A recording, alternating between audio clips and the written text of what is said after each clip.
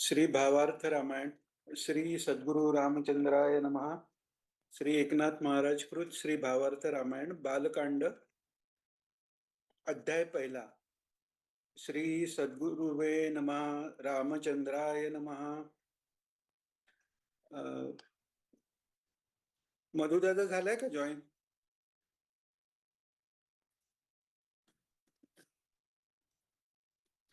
आहे ना? दिसतात तरी हा हा, मध्ये अगदीच हे लागला तर वाचायला सांगेन. शक्यतो वाचेन मी, पण मध्ये लागलंच तर. जातो वंश रघुणां मुनिवर वचनान् ताटकान् ताडयित्वा कृत्वा पुण्या महल्यां त्रुटिहर धनुर् मैथिला वल्लभो भूत प्राप्यायोध्यां नियोगात् पितुरट विभगान् नाशयात् त्वाच वालिन् भवाब्धिं रामचन्द्रौ दलितदशमुखः सीतया युज्यमानः चरितं रघुनाथस्य शतकोटिप्रविस्तरम् एकैकमक्षरं पुंसा महापातकनाशनम्।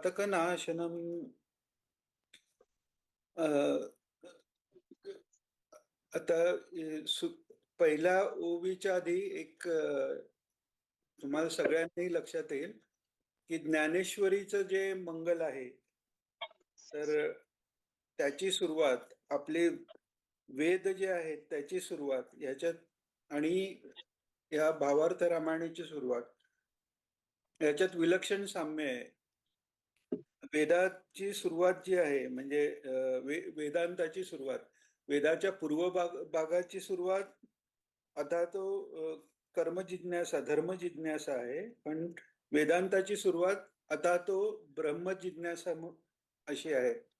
आणि मागे आपण पाहिलेलं की अथ या शब्दावर म्हणजे वेदांतावर महाराजांना एकदा खामगाव का अकोला अशा कुठेतरी विनंती केली होती बोलण्यासाठी. तर अथा तो ब्रह्म जिज्ञासा मधल्या अथ शब्दावरच त्यांनी 7 दिवस त्यांचं प्रवचन झालं. म्हणजे बाकी पुढे काही सांगायचा वेळ शिल्लक राहिला नाही. तर ते अथ शब्दाचा जो अर्थ आहे, अथ म्हणजे सुरुवात, जिथून होते ते, आणि तोच ओम नमोजी आद्या वेद प्रतिपाद्या जय जय संवेद्या आत्मरूपा हे ज्ञानेश्वर माऊली म्हणतात. तसं इथे एकनाथ महाराजांचं मंगल ही जवळजवळ ज्ञानेश्वरी सारखंच आहे. ते एकनाथ महाराज म्हणतात. पहिला ओवी घेऊ आपण. ओम नमो अनादि आद्या वेद वेदांत वेद्या वंद्या ही परमवंद्या स्वसंवेद्या गणेशा. एवढं साम्य आहे ना, जवळजवळ तसंच आहे. ओम नमोजी आद्या वेद प्रतिपाद्या जय जय स्वसंवेद्या आत्मरूपा देवा तुझी गणेशू सकलमती प्रकाशू. म्हणजे त्याच म्हणे निवृत्तीदासू अवधारी जोजे. तर त्याच धर्तीवर हे आहे. आणि तसंही म्हटलेलं आहे की ज्ञानाचा एका आणि नाम्याचा तुका. तसं ज्ञानेश्वर माऊलींचं ज्ञानेश्वरीची शुद्धी हा एक भाग झाला, पण गीता जशी आहे तशीच उद्धव गीता म्हणजे 11वा स्कंद जो भागवताचा आहे, तर गीता ज्ञानेश्वरांनी सांगितली ती शुद्ध करायची आज्ञा त्यांनी नाथ महाराजांना दिली. आणि ती शुद्ध केल्यानंतर उद्धव गीता ज्यात आहे तो 11वा अध्याय, त्याच्यावर एकनाथी भागवत नाथ महाराजांनी केलं. भावार्थ रामायण जसं महाराज बऱ्याच वेळा सांगतात, तसं एकनाथी भागवताचाही उल्लेख महाराज बऱ्याच वेळा करतात. आणि जसं म्हणजे 11वा अध्याय उद्धव गीतेत जे 24 गुरु आलेले आहेत, दत्त महात्म्यात जे आलेले आहे तेच त्या 11व्या अध्यायात म्हणजे एकनाथी भागवतातही आलेलं आहे. तर इथे एकनाथ महाराज म्हणतात ओम अनादि आद्या. आता आद्या या शब्द आणि अथ या शब्दाचे अर्थ एकच आहे, सर्वाच्या आधी जे आहे ते. आता सर्वाच्या आधी किंवा नंतर हे खरं तर सापेक्ष आहे. आणि ती सापेक्षता केव्हा येते? जेव्हा द्वैत निर्माण होतं तेव्हा ती सापेक्षता येते. त्याच्या आधी ह्याच्या नंतर दुसरं किंवा हे आधी ह्याचा काही संबंध नसतो. त्यामुळे तिथे कालाचाही काही संबंध नाही. तर कालाचाही संबंध नाही जिथे, म्हणजे कालाचीही उत्पत्ती झालेली नाही, अशा दृष्टीने त्याला फक्त सर्वाच्या आधीचा असं निर्देशपूर्वक म्हटलेलं आहे. खरं ते आद्या म्हणणं ही खरं काही शब्दातही कोणत्याही शब्दात ते जे आदितत्व जे आहे त्याला वर्णन करताच येत नाही. त्यामुळेच वेदही नेती नेती त्याला म्हणतात. पण त्यातल्या त्यात जवळचं म्हणजे आद्या या शब्दाने त्याचं वर्णन येतं. ही सर्वाचा आधी आहे. सर्वाचा आधी नुसतं म्हणजे सगळ्यांच्या नुसतं आधी असं नाही, तर आधी कारण पण तेच आहे.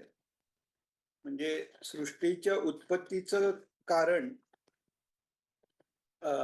निमित्त कारण आणि उपादान कारण हे दोन्हीही ते परब्रह्म सच्चिदानंद तत्व आहे. ते मंगल करताना त्यांनी एकनाथ महाराजांनी आणि माऊलींनी तेच केलेलं आहे की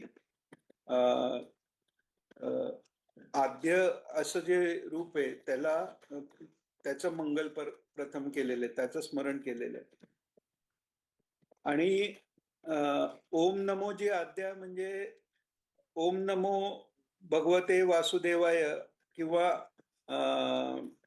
कोणत्याही याच्यासाठी ओम नमो आधी म्हणतात ते फक्त आपण नमस्कार करतो अशा ह्यांनी नाहीये, तर त्या प्रणवालाही नमस्कार आहे. आणि ते आदी तत्व आहे ते त्या प्रणवाच्या रूपात पहिल्यांदा आलेलं आहे. मागेही आपण बघितलं, पण हा विषय वेगळे आपण परत रेकॉर्ड करतो तेव्हा त्यामुळे कोणी आधीच ऐकलं नसेल त्यांनाही उपयोग होईल या दृष्टीने परत घ्यायला हरकत नाही की सच्चिदानंद हे निर्गुण निराकार आहे. आणि निर्गुण निराकार सच्चिदानंद याच्यातनं जेव्हा पहिल्यांदा ते सगुणात आलं तर तो पहिला गुण हा शब्द आहे. पंचमहाभूत आपण पाहिली तर पृथ्वी, आप, तेज, वायू, आकाश ही एकापेक्षा एक सत्तत्वाच्या जवळची तत्व आहेत. पृथ्वी ही अगदी तमाकडे जाणारी आहे आणि आकाश हे त्यातलं तर सर्वात सात्विक जे भूत आहे पंचमहाभूतातलं. सत्व म्हणजे काय? सतपणा. आपण एकत्व म्हणजे काय? एकपणा. तसं सत्व म्हणजे सतपणा ज्यात जास्त आहे ते आकाश तत्व आहे. आणि ते आकाश तत्व कशातनं निर्माण झालंय तर या पंचमहाभूताच्या ज्या तन्मात्रा आहेत, म्हणजे पंचमहाभूताचे जे विषय आहेत किंवा त्याची जी लक्षणं आहेत, म्हणजे असं नाहीये की आकाशापासून शब्द आहे, शब्दापासून आकाश आहे. म्हणजे पृथ्वीला गंध आहे असं नाहीये, त्या गंध या तन्मात्रेपासून पृथ्वी निर्माण झाले. तसं हे आकाशही, सर्वात सात्विक आकाशही निर्माण होण्याच्या आधी शब्द ही तन्मात्रा निर्माण झाली. आणि ती शब्द तो कोणता आहे तर तो हा प्रणव आहे. आणि तोच गणेश रूप आहे. आता आपण जर ज्ञानेश्वरी वाचली तर त्याच्यातला अकार म्हणजे काय, उकार म्हणजे काय, मकार म्हणजे काय, हे सगळं ज्ञानेश्वर माऊलींनी दिलेलं आहे. आणि ते ज्ञानेश्वर माऊलींनी दिलेलं आहे त्यामुळेच नाथ महाराजांनी इथे ते डिटेलमध्ये एक्सप्लेन केलेलं नाहीये. तर नाथ महाराज सांगतायत ओम नमो अनादी आद्या, सर्वाच्या आधी असलेलं आहे आणि त्याला आधी नाही, म्हणजे त्याची कधी सुरुवात झाली, सच्चिदानंद कधी तयार झालं, तर कधी तयार झाला हा संबंधच नाही. ते सर्व कालात आणि कालाच्या पलीकडचंही ते तत्व आहे. त्यामुळे ते आधीपासून आहे. आणि त्याचं वाचक हे शब्दरूपाने तो सगुण जेव्हा ओंकार रूपाने आला तेव्हा तो ओंकार हे सगुण निराकार ब्रह्म आहे. पण ते निर्गुण निराकाराचं वाचक पण आहे. म्हणून योगसूत्रकारांनी ईश्वर प्राणिधानात सांगितल्यानंतर त्या ईश्वर प्राणिधान म्हणजे ईश्वर भक्ती, चित्तवृत्तीचा निरोधाकरता अभ्यास आणि वैराग्यापेक्षाही सोपा आणि प्रभावी उपाय ही ईश्वर भक्ती सांगितलाय. तर त्या ईश्वर प्राणिधान कसा करावं, तर त्याचं वाचक, तस्य वाचक प्रणवा म्हणून एक सूत्र आहे. तर ईश्वराचा वाचक किंवा आत्मतत्वाचा वाचक हा तो प्रणव आहे. त्याच्या जपानी आपण मन स्थिर करू शकतो. अर्थात प्रणवाचा जप हा फक्त अधिकारी त्याचे जे असतील त्यांच्यासाठी आहे. पण त्या प्रणवाचाच सगळी जी नामं आहेत, राम नाम आहे किंवा बाकी ही सगळी जी नामं आहेत, ती त्याचीच रूप असल्यामुळे त्या नामस्मरणाने आपण त्या आत्मतत्वापर्यंत पोचू शकतो. तर आणि तेच ओंकार जे आहेत, प्रणव जो आहे, तर ज्ञानेश्वर माऊलींनी एक्सप्लेन केल्याप्रमाणे अकार त्यांचं चरण आहे, उकार उदर आहे आणि मकार म्हणजे त्यांचं मस्तक महामंडल आहे. हे सगळं म्हणजे तेच प्रणव, तोच शब्द जो आहे तोच अजून घन होऊन त्याच्यात साकार तो झाला आणि तो गणेश रूप झालेला आहे. अशा गणेश रूपाला त्यांनी नमस्कार केलेला आहे. आणि ते सच्चिदानंद तत्व कसं आहे, तर वेद वेदांत वेद्या. आता इथे म्हणजे तो सारखा मोह होतोय ज्ञानेश्वरीकडे जायचा. पण म्हणजे ज्ञानेश्वरीत पण सांगितलेलं आहे ना, की जय जय स्वसंवेद्या आत्मरूपा. इथेही म्हटलेलं आहे स्वसंवेद्या. वेद वेदांत वेद्या म्हणजे वेद आणि वेदांनी जे जाणून घ्यायचं आहे ते तत्व, तेच त्यालाच प्रणवानी संबोधित केलंय. तेच अनादी आहे, तेच आद्य आहे. वंद्यालाही परम वंद्य आहे. कारण देवाचेही देव महादेव यांनी जे तत्व दाखवलं जातं तेच ते सच्चिदानंद तत्व आहे. आणि वेद वेदांत वेद्या, वेद वेदांतांनी जाणलं जातं हे पण लिहिले. आणि स्वसंवेद्या म्हणजे ते स्वतःच स्वतःला जाणू शकतं. म्हणजे याचा अर्थ काय, आपण जाणू शकत नाही का, तर आपणही तेच तत्व आहोत. याची जाणीव कधी होते, तर बुद्धी शुद्ध झाली की होते. त्या शुद्ध बुद्धीत तो आत्मतत्वाचा प्रकाश पडला की त्या शुद्ध बुद्धीचाही ऱ्हास होऊन स्वतःच स्वतःचा अनुभव येतो. म्हणून ते स्वसंवेद्य आहे. असे ते श्री गणेश आहेत. त्यांना नमन केलेलं आहे. आणि तुझे निर्धारता रूप केवळ अरूपाचे स्वरूप, तेथे अवयव कल्पिता अमूप, तव कल्पनेचा लोप स्वरूपी तुझ्या. तुझं जर रूपाचं वर्णन करायला गेलो किंवा निर्धारता म्हणजे तुझं रूप जर ठरवायला गेलो, तर ते केवळ अरूपाचं स्वरूप आहे. म्हणजे सच्चिदानंद घन असं ते रूप आहे. म्हणजे त्या सच्चिदानंदाचंच एकवटलेलं असं, जसं पाण्याचं बर्फ तसं ते रूप आहे. आणि त्याचे अवयव वगैरे याचं वर्णन केलं आणि त्याची कल्पना करत गेलं किंवा त्याचं ध्यान करत गेलं, तर त्या स्वरूपीच लीन होऊन आपण जातो. त्यामुळे कसं आहे की मौनी स्वामींची गोष्ट सांगतात की ते लहान मुलांबरोबर खेळायचे किंवा काय, तर ती मुलं चेष्टेत म्हणायचे, स्वामी स्वामी 1 ते 10 म्हणा. तर ते 1, 2, 3 म्हणेपर्यंतच त्यांचं ध्यान लागायचं. ती मूळ वृत्तीच तिथे समाधी अवस्थेतलीच आहे. आणि तसंच नाथ महाराजांचं असल्यामुळे गणेशांचं रूप वर्णन करायला ते ध्यान समोर आलं तर ते समाधीत जाण्याची आपण शक्यता आहे. त्यामुळे ते त्यात शिरलेच नाहीयेत. ते तुम्ही जसे आहात तसे तिथे साकार निराकार जसे आहात त्याला मी नमस्कार करतो असं म्हटलंय. या लागी जैसा अससी तैसी आसी, सॉरी, या लागी जैसा अससी तैसी आसी, नमन साकार निराकारासी, तव अंगत्व मुकले अंगासी, भज्य भज्य भजकासी अद्वैते.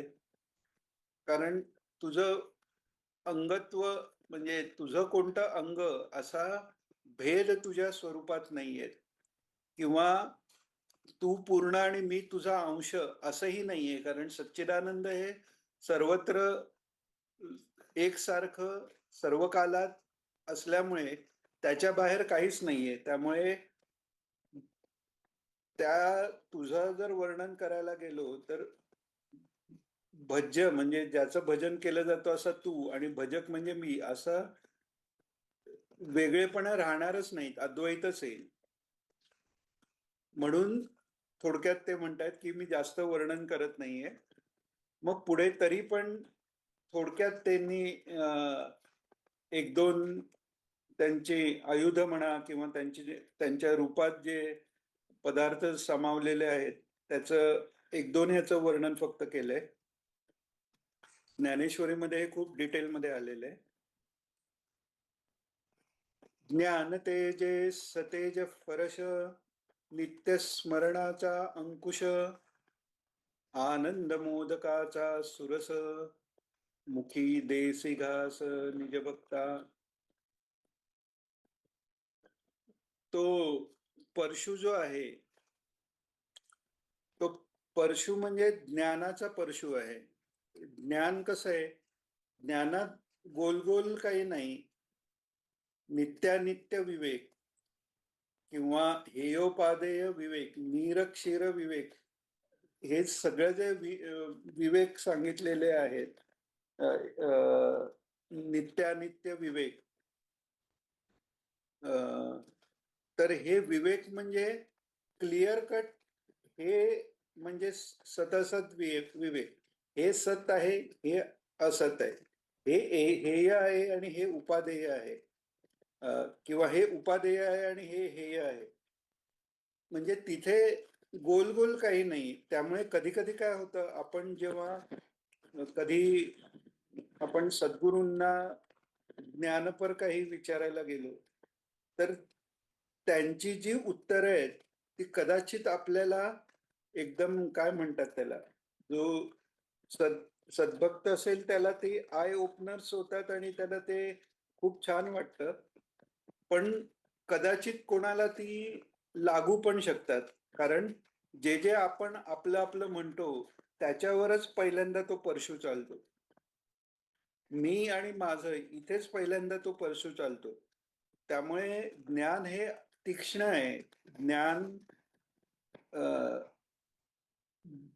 ज्ञान कुठेही कुरवाळत बसत नाही. ज्ञान हे एकदम जहाल आहे. ते तिथल्या तिथे कुठेही अनलाइज करताना ज्ञानमार्गात इतका तो जहालपणा आहे की आपलं स्वतःचंही परीक्षण इतकं जहालपणे केलं जातं की अमुक अमुक हे क्रायटेरिया आहेत, त्या क्रायटेरियात आपण बसत असलो तरच तुम्हाला श्रवणाचा अधिकार आहे.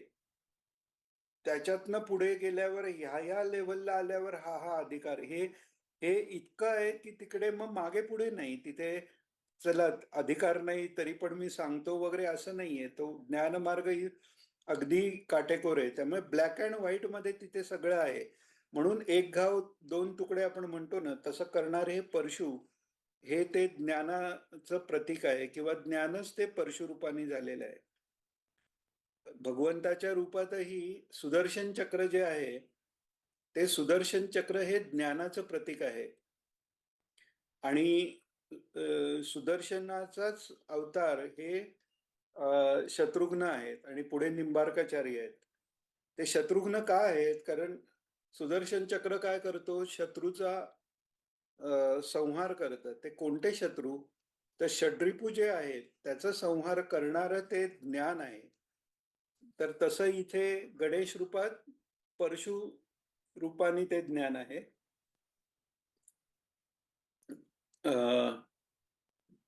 हा, ज्ञानतेजेस सतेज परश, नित्यस्मरणाचा अंकुश. आता हत्ती जो आहे, हत्ती हा बलवान आहे. आता गीतेत अर्जुनही म्हणतो की मन कसं आहे की प्रमाथी बलवत दृढ, असं ते मन आहे. म्हणजे माजलेलं आहे. प्रमाथी म्हणजे काय, माजलेलं बलवान दृढ म्हणजे. आणि तस्याहम निग्रहम म्हणणे वायुरेव सुदुष्करम. वायूचा निग्रह करणं कसा कठीण आहे, तसं त्याचा निग्रह करणं कठीण आहे. तसं जो पिसाळलेला किंवा माजलेला हत्ती आहे किंवा मद्यपान केलेला जर हत्ती आहे, तर तो कशानेही आवरत नाही, पण तो अंकुशाने आवरतात. आणि अगदीच ऐकलं नाही तर त्याच्या गंडस्थळावर तो अंकुश मारतात की तो लाईनीत येतो. हा एक झाला. याचा अंकुशाचा दुसरा हे असा की हत्तीच्या गंडस्थळात अमृत आहे असं म्हणतात, म्हणून त्याच्या भोवती भुंगे गोळावतात असंही म्हणतात. तर त्या अंकुशाने ते अज्ञाचक्रचा भेद करणं अशा दृष्टीनेही ते आहे. आणि ते स्मरण आहे. स्मरण ज्ञान नुसतं जरी असलं तरी ते टिकू शकत नाही. म्हणून त्याच्यासाठी नामस्मरण किंवा ईश्वराच्या स्मरणाची आवश्यकता आहे. ईश्वराच्या स्मरणाने ती बुद्धी त्या आत्मरूपाकडे फोकस होते किंवा तिथे एकाग्र होते. आणि याची प्रोसेस आपण मागे कोणत्या तरी याच्यात बघितलेली की आपले जे विचार असतात ते वृत्तींमधनं येतात. मनात वृत्ती तयार होते. वृत्ती म्हणजे संकल्प विकल्पात्मक असते पहिल्यांदा. म्हणजे कोणत्याही एक्सटर्नल स्टिम्युले असतो, बाहेरच्या जगाचा जे आपल्याला अनुभव येतो त्याची प्रतिक्रिया हा चांगलं किंवा वाईट या होते. चांगलं म्हटल्यावर ते हवंसं वाटणं आणि वाईट म्हटल्यावर नकोसं वाटणं असं त्याचं रूप येतं. पण हे हवं म्हणणं म्हणजे संकल्प आणि नको म्हणणं म्हणजे विकल्प एवढंच नाहीये. चांगलं आणि वाईट बुद्धी निर्माण होणं हेच संकल्प विकल्प आहे. तर त्या ज्या वृत्ती आहेत त्या वृत्ती ह्या आत्मस्वरूपाला झाकतात. त्यामुळे योगच चित्तवृत्ती निरोधा सांगितलेलं आहे. त्या चित्तवृत्तींचा निरोध झाला की जी निर्विचार स्थिती आहे, तर तिथे विचारच नाही. म्हणजे विचार नाही म्हणजे मनही नाही, कारण मन हे विचारात्मक आहे. आणि मन नाही तिथे ते आत्मस्वरूप प्रकट आहे आणि म्हणून तो आनंद प्रकट होतो. तर असं असताना दोन वृत्तींच्या मध्ये गॅप असते, दोन विचारांच्या मध्ये आपल्या गॅप असते. आपल्याला ती लक्षात येत नाही, पण ती असते. जसं आपण म्हणतो ना, ही पूर्वीच्या ह्याच्यात ती फिल्म फिरल्यावर तो पिक्चर दिसायचा. तर प्रत्येक फिल्म तो काय कंटिन्युअस पिक्चर नाहीये. एक फिल्म नंतर दुसरी फिल्म, पण ती इतक्या पटकन जाते की आपल्याला ते सलग चाललेलं दिसतं. किंवा फॅन फिरताना आपल्याला त्याच्या पलीकडचं सिलिंग ही दिसतं आणि त्या फॅनच्या रंगाचा पुसटसा गोल आपल्याला दिसतो. कारण आपल्याला काय वाटतं की एका वेळीच ते फॅनचा रंगही दिसतोय आणि मागचे आपल्याला त्याच्या वरची छतही दिसतंय. पण तसं नसतं. ते एका मागोमाग एक दिसणं इतकं फास्ट असतं की ते एक सलग वाटतं. तर त्यामुळे दोन विचारांमधली जी गॅप आहे, जर संसारात जर लक्ष असेल तर ती गॅप इतकी छोटी असते. कारण जितकं संसारात लक्ष तितके विचार जास्त, जितके विचार जास्त तितके त्या विचारांमधले गॅप कमी, आणि ती जितकी कमी तितकी ती जाणवणं कमी. आणि ती गॅप ही आनंद रूप आहे. तर ती गॅप मोठी जर करता आली तर तिकडे तो आनंदाचा अनुभव येणं शक्य आहे. आणि नामस्मरणाने काय होतं की नाम हे आपण बघितलं, बाकी सगळे विचार हे सत्वरज तमक असतात. बरेचसे तर रजात्मकच विचार असतात. पण नाम कसं आहे, नाम हे मूळ प्रणवाचंच रूप आहे. तर तो प्रणव म्हणजे त्याच्यात निराकार तर तो आहेच, ध्वनिरूप आहे फक्त. आणि त्यामुळे सगुण पण पूर्ण म्हणजे सगुण म्हणजे मल्टिपल गुण नाही, ते फक्त एकच शब्दगुण आहे त्याला. तर त्यामुळे ऑलमोस्ट निर्गुण निराकाराच्या जवळ ते असल्यामुळे त्या गॅप मध्ये बाहेर जेव्हा वृत्ती आहे ती पण निर्गुण निराकाराचीच आहे. तर त्यामुळे त्या आत्मतत्वाच्या आत्मतत्वाचा अनुभव घेणं आणि त्याच्या अगदी जवळ असणं, इथेच आपलं अस्तित्व खेळत राहतं. आणि विशेष म्हणजे बाकी मार्गात कसं आहे की श्रवण मनन निदिध्यासन धारणा ध्यान समाधी किंवा आसन प्राणायाम प्रत्याहार धारणा ध्यान समाधी, म्हणजे ज्ञानमार्ग आणि योग मार्गात अशा स्टेप्स आहेत. सर्वात शेवटी समाधी आहे. पण भक्ती मार्गाचा फायदा असा आहे की तो जो ईश्वराच्या जवळ असणं, देवाची ये द्वारी उभा क्षणभरी, ते क्षणभरी उभं राहण्याची फॅसिलिटी नामातनं आपल्याला सहज मिळते. म्हणून नाम महत्वाचं आहे. तर म्हणून नाम रूपी गणेशांचं मंगल करूनच पुढे हे सांगितलंय. आणि तो त्यांचा जो अंकुश आहे तो नित्य स्मरणाने, तो अंकुश जर नसेल तर आपलं मन इकडे तिकडे हत्तीसारखं भटकणार आहे. त्यामुळे साधन मार्ग, भक्ती मार्गाचा साधक असो, ज्ञानमार्गाचा असो, योग मार्गाचा असतो. म्हणून तर योगसूत्रकार पण सांगतात तस्य वाचक प्रणव आणि ईश्वर प्रणिधानात्वा.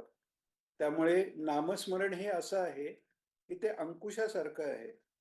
ते आपल्या मनरूपी हत्तीला योग्य मार्गावर ठेवणार आहे. आणि म्हणूनच त्याला अंकुशाची हे दिलेली आहे, उपमा दिलेली आहे. आणि मोदक जो आहे गणेशांच्या हातातला, काय म्हटलंय, ज्ञानतेजे सतेचे फरश नित्य स्मरणाचा अंकुश आनंद मोदकाचा सुरस मुखी देसी घास निज भक्ता. तर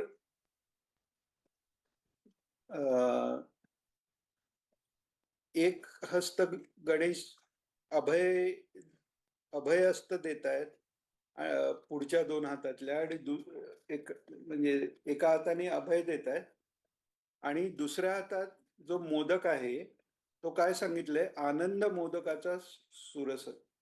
म्हणजे सच्चिदानंदातला जो आनंद आहे तो आनंद हा भक्तांना त्या मोदकाच्या द्वारे ते देत आहेत.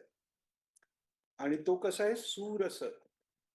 तर तो मोदक हा खरं तर त्यांचं स्वतःचंही रूप बघितलं तर ते तसंच आहे. कारण सच्चिदानंद जे आहे ते, त्यातला तो आनंद हा भाग आहे तो रसमय आहे. तर त्यामुळे तैत्तरीय उपनिषदातही 6वी-7वी काहीतरी श्लोक आहे तो, की रसो वै सहा. तर आत्मतत्व कसं आहे तर रसपूर्ण आहे. ते रसपूर्ण असल्यामुळे भगवान श्रीकृष्ण स्वतः रसपूर्ण असल्यामुळे या सगळ्या विश्वात रस आहे. मधुर रस, शृंगार रस, हे रस आले कुठून? ते आले तर मूळ जो आनंद रस भगवंताचा आहे त्याचेच विकार सगळे हे रस निर्माण झालेले आहेत. तर असा तो नवरसाचा स्वामी आहे. तर ते नवरस ज्यातनं उत्पन्न झालंय तो आत्मरस जो आहे, आनंद, आत्मानंद जो आहे तो त्या मोदकाच्या रूपाने त्यांना, म्हणजे इतका सहज ते आपल्या भक्ताला तो देऊ शकतात. आणि मुखी देसी घास निज भक्ता, म्हणजे काही प्रयत्नच नाही. आपणासारखे करीती तात्काळ नाही काळ वेळ त्या लागी. कसं की प्रयत्न पण काही नाहीच त्या भक्त जर असेल. पण हे कोणाला आहे, निज भक्ता सांगितलेलं आहे. आता ते निज भक्ताचा अर्थ आपण पाहू. पण जो निज भक्त आहे त्याला आयत मुखात तो घास आत्मानंदाचा ते देतात. गिरींचं उदाहरण आहे. सेवा आहे, बाकी काही नाही, ज्ञानाभ्यास नाही, तेवढी बुद्धीच नाहीये. पण फक्त गुरूंची सेवा आहे, अत्यंत भक्ती आहे, प्रेम आहे आचार्यावर. आणि त्याचा परिणाम काय झाला की नुसता आचार्यांचा संकल्प झाला आणि सगळं ज्ञान झालेलं आहे त्यांना. पण त्याच्यासाठी काय पाहिजे तर निज भक्त. पत्रम पुष्पम फलम तोयम हे दिलं तरी मला चालतं, पण कोणी इतर भक्तानी, आणि त्यात त्यात पण कोण आहे तर निज भक्त. निज हा शब्द खूप गोड आहे. म्हणजे आपण जय तत्वज्ञान निधानमध्ये पण बघितलं. माझा मार्ग सोप्पा कर नाही म्हणाले, निज मार्ग करी सोप्पा. निजनी जी जवळीकता अ, दाखवलेली आहे, तसा हा निज भक्त आहे. म्हणजे आपला अगदी जो जवळचे भक्त आहेत, माझा आपला म्हणून ज्याला म्हणतो. गोंदवलेकर महाराजांच्या चरित्रात एक गोष्ट आहे. त्यांचे ते शिष्य होते ब्रह्मानंद. तर एकदा गोंदवलेकर महाराज नुसतं हाक मारतात, माझा ब्रह्मानंद कुठे गेला, आणि ते ऐकल्यावर ते म्हणतात, मी पावलो. मला माझा म्हटलं, मी पावलो, आणि तिथल्या तिथे त्यांना तो पूर्ण आनंद मिळाला. आणि मग ते जातात आपापल्या, म्हणजे मग ते तिथे थांबत नाही. कारण एकदा निज म्हटलं, गुरूंनी आपल्याला निज म्हटलं, भगवंतानी आपल्याला निज म्हटलं, की आपोआपच भगवंत आपला निज होतो. म्हणजे निज भक्त आपल्याला म्हटल्यानंतर आपल्याही अंतरात तो भगवान येऊन राहतो. तर तसे जे निज भक्त आहेत, भक्त म्हणजे कोण? जे सतत युक्त आहेत, ते सतत तेषाम नित्याभियुक्तानाम योगक्षेम वाम्य म्हणजे सांगितलंय. तसं ते युक्त आहेत सतत. तो त्यांना त्या अंकुशाचीही गरज नाहीये. अंकुश आणि परशु कोणासाठी? जोपर्यंत ज्ञान होत नाहीये किंवा ती भक्ती उत्पन्न होत नाहीये, पण जे भक्त आहेत त्यांच्यासाठी त्या अंकुशाची गरज नाही, कारण त्यांचं नामस्मरण हे आपोआप चालू आहे. म्हणजे ते अंकुश रूपी नाहीये, जबरदस्ती केलेलं नाहीये, त्यांची ती सहजावस्था आहे. आणि मग त्यांना तो आत्मसुखाचा घास ते भरवतायत. ऐसे ऐकोनी स्तवन, आपण पाचवी ओवी वाचतोय. मध्ये कोणाला काही विचारायचं असेल किंवा काही सांगायचं असेल तरी मध्ये हात वर केला तरी चालेल, किंवा मध्ये थांबवलं तरी चालेल. ऐसे ऐकोनी स्तवन, संतोषला गजानन, माझे वसवुनिया वदन, वक्ता वचन.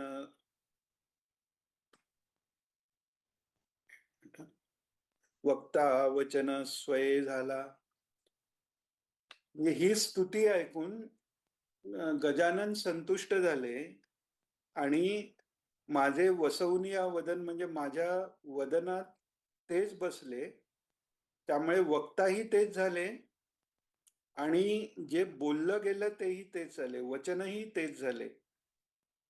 म्हणजे जे आपण बऱ्याच वेळा पाहतो की महाराज सांगतात, की तुकाराम महाराजांचं उदाहरण सांगतात महाराज, की त्यांची जेव्हा ती गाथा बुडवली गेली, तर ती त्यांची हे आपण म्हणतो, पण त्यांची भूमिका काय आहे खरी ते महाराजांनी सांगितले गेले. गाथा बुडवल्या गेल्यावर ते 7 दिवस तिथे राहिले. तर त्याच्याबद्दल महाराज म्हणाले, हे काही आपण लिहिलेलं गेलं हे दुःख नाहीये, ती ईश्वराची वाणी आहे हे इतकं पक्क आहे, की ईश्वराची वाणी अशी बुडली जायला नको. कारण ईश्वराची वाणी हे स्वतः ईश्वर रूप आहे. तर त्यांच्यासाठी ती मूर्ती आहे. ती गाथा म्हणजे काही ते श्लोक नुसते नाहीत, साक्षात त्यांचा विठोबा शब्दरूपाने त्यात आहेत, अशी त्यांची भावना आहे. म्हणूनच ते म्हणतात, की आपुल्या बळे मी नाही बोलवत, सखा कृपावंत वाचा त्याची. हे त्यांचं नुसतं सांगण्यापुरतं नाहीये. तो अनुभव आहे त्यांचा. कारण एका ह्याच्यातही ते म्हणतात, की ही माझ्यासारख्या अडाणी याची महती नाहीये एवढं सगळं बोलू शकेल. तर हे तो पांडुरंगच सगळं बोलवून घेतो. ही त्यांची भूमिका अनुभवानी आहे. म्हणजे हा फक्त नम्रपणा नाहीये, ही भूमिका त्यांची अनुभवानी आहे. कारण विठ्ठलच त्यांच्या तोंडून बोलतात. आणि म्हणूनच ती जे गाथा आहे ती तरली का? कारण पंचभौतिक ती नाहीच आहे. त्यामुळे पंचमहाभूतासारखं ते पृथ्वी तत्वानी झालेले कागद आहेत आणि त्याला दगड बांधलेला आहे म्हणून ते बुडेल, तर तसं नाहीये. ती पंचतत्वाच्या पलीकडची अशी चैतन्य रूप गाथा आहे. हे सर्व संतांचे जे ग्रंथ आहेत, महाराजांची जी प्रवचनं आहेत, त्या प्रवचनाची पुस्तकं आहेत, हे सगळे ही आपल्याला जरी पंचभौतिक दिसत असली तरी ती महाभूतांच्या पलीकडची गोष्ट आहे. साक्षात चैतन्य रूप आहे. संतांच्या वचनात संतांचं वास्तव्य असतं स्वतःच. तर त्या भूमिकेने आपण जेव्हा ते वाचत जातो तर त्याप्रमाणे आपल्याला त्याचा अनुभव येत जातो. एक मिनिट हा, माझं पान सडनली हे झालं.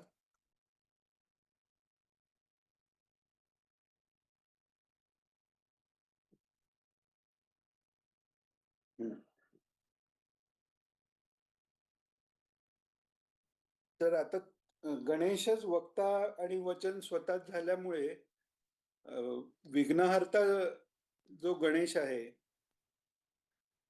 तोच ते कार्य करतोय म्हटल्यावर विघ्न कोणतं येणार? त्यामुळे ते विघ्नच झाले निर्विघ्न असं म्हटलेलं आहे. म्हणजे ह्याच्यात अजून एक त्यांचा भाव असा आहे की देहधारणा हेच विघ्न मानतात संत सत्पुरुष.